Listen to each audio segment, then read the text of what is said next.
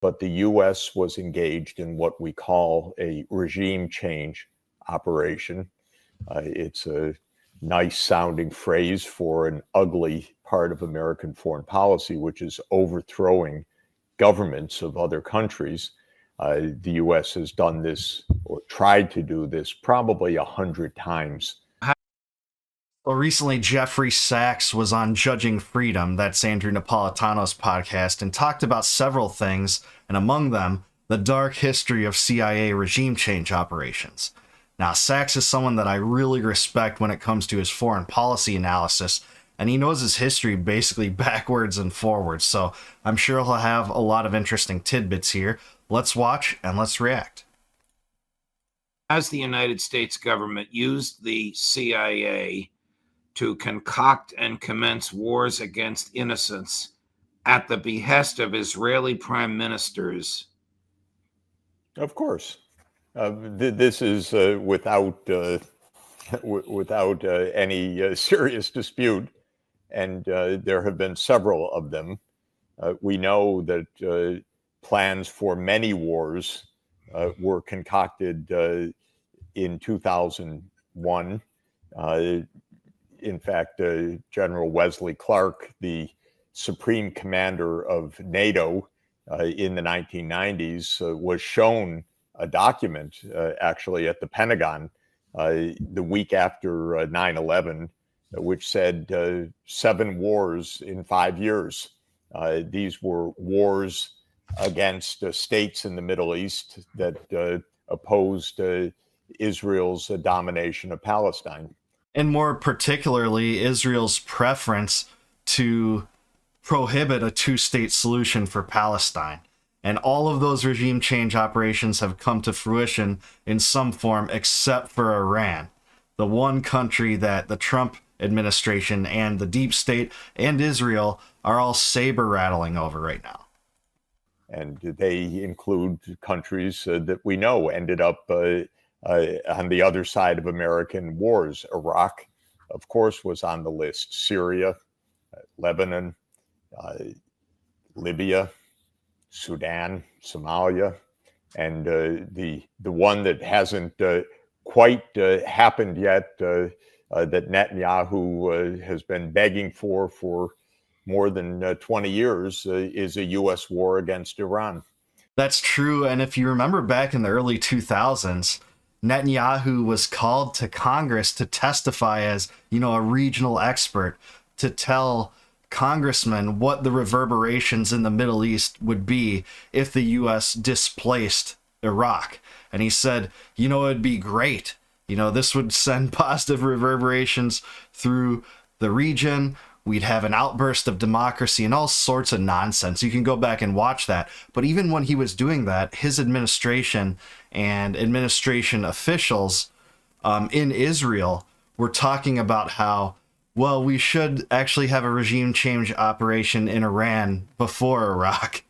So he's wanted this forever. He's been beating the drum for it. He said just last week, I believe, that he wants a Libyan solution. Well, what was that?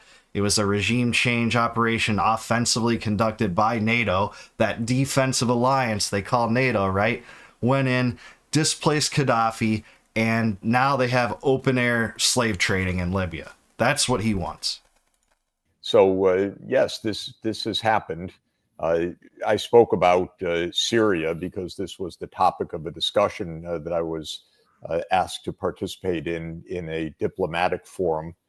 And with Syria, we know that President Barack Obama gave a presidential finding that the CIA should work with other countries in the Middle East to overthrow the government of Bashar al-Assad.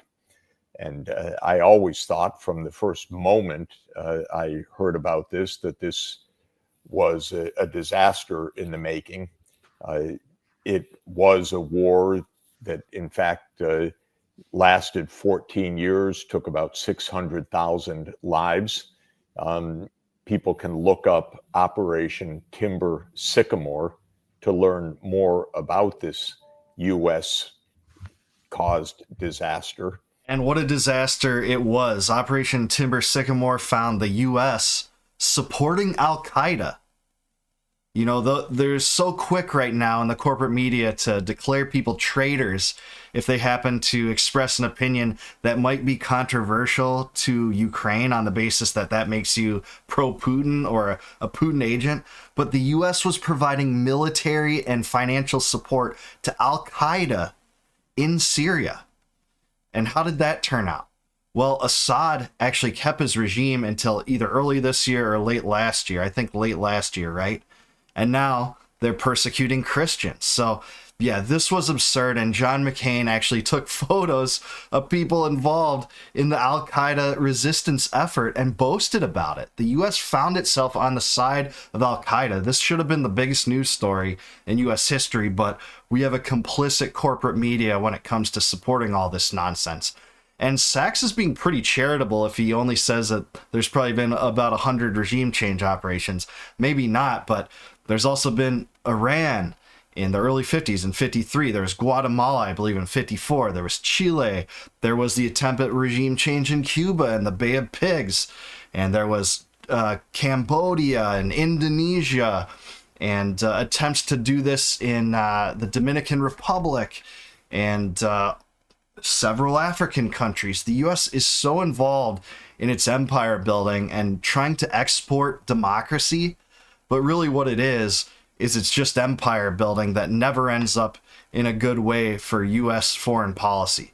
It makes us have to inherit all of the enemies of our allies and become a magnet for hatred throughout the world. And really that is what led up to 9/11. And I happen to learn a lot about it over the years because of my work with the United Nations as well. The U.S. blocked peace in Syria, peace that could have come as early as 2012. But the U.S. was engaged in what we call a regime change operation. It's a nice sounding phrase for an ugly part of American foreign policy, which is overthrowing governments of other countries. The U.S. has done this or tried to do this probably 100 times in the post-World War II period. So this isn't something new or special. It's a standard part of American foreign policy that has typically led to outright disaster, to bloodbaths, to civil war, to prolonged violence. And it did so in Syria. So this was the point that I made. And it's a very sad story of American foreign policy. Israel has said, go to war. The U.S. has said, yes, we do it at your command, Bibi. And we've been involved in nonstop wars for a quarter century. And we're living through the worst parts of one of those because in 2014, the U.S. instituted a regime change operation that took out the Yanukovych government in Ukraine, the democratically elected government of Ukraine, because he wanted to support a policy of neutrality between NATO and Russia. He wasn't even explicitly pro-Putin or pro-Russia, but mere neutrality is the thing that the deep state and the military-industrial complex and NATO hates the most. That wasn't good enough for the U.S., so the U.S., with the backing of Victoria Nuland and the Biden or in the Obama administration, went over there and assisted in a regime change operation. And there's leaked tape between her and Jeffrey Piat talking about, who had to be part of this new provisional government so that it was, hip to the preferences of U.S. administration. Prime Minister Netanyahu 20 years ago claimed that the Iranians would have a nuclear bomb in 2 weeks. 10 years ago, he said they would have a nuclear weapon in 1 week. A month ago, the United States intelligence community concluded collectively that the Iranians have no nuclear weapon. MI6 agreed. Wouldn't Mossad agree? Wouldn't Netanyahu be knowingly lying or rejecting the intel of his own first-rate intelligence agency? Netanyahu's a fool because there could have been a decisive and definitive end to Iran's even potential seeking of a nuclear weapon. back in 2016, 2017. Many countries, including the United States, negotiated with Iran to have a definitive end to Iran's nuclear program. And the counterpart of that was to end the U.S. and other desire to isolate Iran through punitive economic sanctions. Yeah, this was the JCPOA, the Joint Comprehensive Plan of Action that Obama agreed to with Iran. Maybe one of the only good things I think that the Obama administration did. And one of Trump's acts, one of Trump's worst acts, I think, in his first term was to tear up this treaty. So Sachs is right about this, too. To impoverish Iran through those sanctions. So Obama negotiated that, and then Trump denounced it. A lot of Congress denounced it because the Israel lobby denounced it. Just stupid as can be. And it's so typical, by the way. Instead of diplomacy, you say, no, we'll do it by force. And you end up achieving nothing but absolute violence. It reminds me of the attempt, not a very well done one, but still an attempt by President Clinton at the end of the 1990s to negotiate an end to North Korea's quest for a nuclear weapon. We reached an agreement. The U.S. reneged, even under Clinton, or dragged its feet. And then when Bush came in, Bolton said, no, we don't have to do any of that. We don't have to agree with this tyrant and so forth. And Bolton induced Bush Jr. to cancel the whole thing.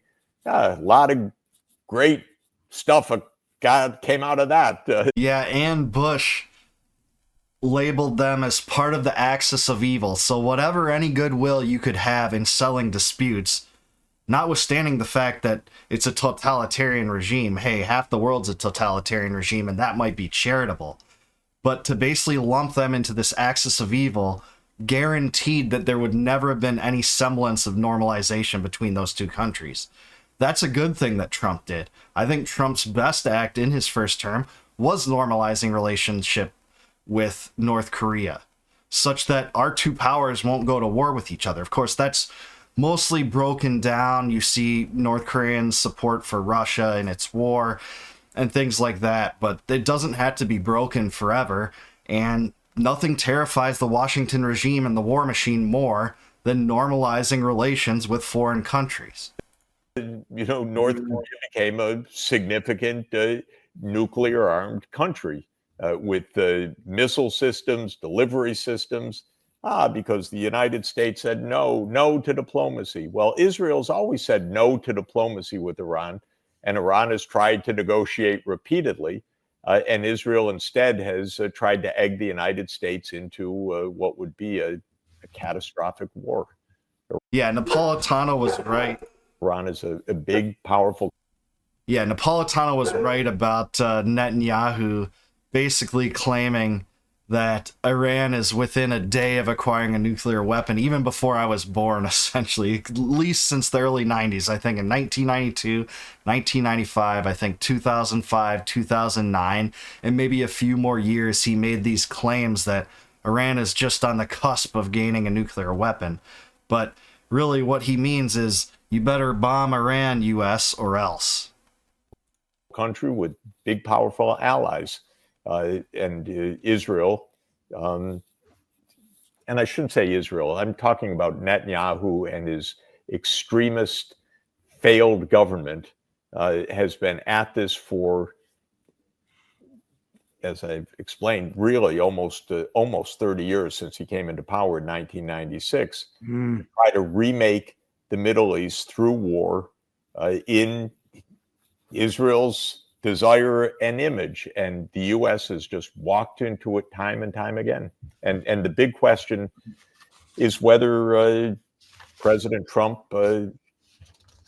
extricates the U.S. from Bibi's wars, or whether he just follows along as as every president has done for nearly 30 years. Here's Colonel McGregor disagreeing with another friend of the show, Colonel Daniel Davis, over the military strength of Iran. I'm going to guess you agree with Colonel McGregor, but feel free to comment as you see fit. Chris, cut number 15. What nation on the planet can have their embassy destroyed in another country and to have an assassination in their capital city on an inauguration and not go to war with somebody? Yet that's exactly what Iran didn't do, because they don't have the power to do it. So that should tell you. Wait a minute. That's a fundamentally false statement. Which part? False. They don't have the power to go to war. You haven't looked carefully at Iran. Iran's arsenal of missiles is enormous. It could flatten Israel in a day. They have the power to go to war. They have chosen repeatedly to avoid war. And I've said this 1,000 times. No one in the Middle East is interested in a war except Israel and the United States. You know, what's a standard mistake of the United States is that when any other country shows prudence, we say weakness. And so if another country says, let's make peace, the U.S. approach is, oh, they're weak, let's make war. This is actually... Yeah, he's so right about that. War is always the default when it comes to the U.S. war regime. And McGregor's totally right on this one. Iran has showed remarkable restraint when it comes to launching missiles against Israel or U.S. forces in the region. That's for sure, to their credit. And yeah, that's a criminal regime, just like I believe basically every country is. But they have shown restraint. Actually, a pretty repeated point of view. The Iranians have been trying for peace repeatedly. They sent repeated messages to the Biden administration, all batted away. They have sent repeated messages to the Trump administration. There was a first meeting of Trump's negotiator, Steve Witkoff, and the foreign minister of Iran last week that actually both sides portrayed as a positive encounter. So there's some hope that Donald Trump is extricating himself from Bibi's grasp. We're not seeing that in other areas. The administration has given the green light to Israel to continue rampant, vicious slaughter and war crimes in Gaza and in the West Bank. But when it comes to Iran, there's at least a glimmer of hope. The United States, my God, does not need another war. No Americans could want this. This would be Bibi's war and yet more Bibi destruction. And he's ripping apart Israel, and he's divided America as well, because so much of the American political class is within the grasp of the Israel lobby. Yeah, Sachs is right on point here. If the Trump administration launches a true regime change effort in Iran, the results will be as horrific as those that came from the Iraq war. No question about it. And if Trump wants to maintain the goodwill and relatively high approval ratings he has, the biggest things that could derail that is an economic catastrophe, which he's already flirted with when it comes to the protective tariffs, some of which were paused for 90 days, and hopefully that gets sorted out. But also a war, a brand new war. Those are the two things that could sink Trump's administration. So Trump's America First people, you have to basically be out there and open about this. Nothing would be worse for the U.S. right now than an additional war on top of the U.S. proxy war in Ukraine and the U.S. proxy war in Israel, bombing Yemen, saber-rattling with Iran, still occupying a third of Syria, basically saber-rattling with the entire world right now. The worst thing we could endure is another war in all of this chaos. That can't happen. But I do want to know what you guys think. Let me know in the comments below.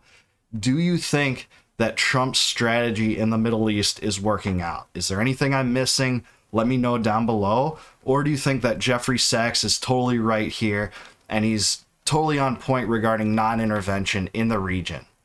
Until I see you guys next time, no more war, no more debt, no more inflation, and no more empire. Take it easy. Peace out, guys. See you next time.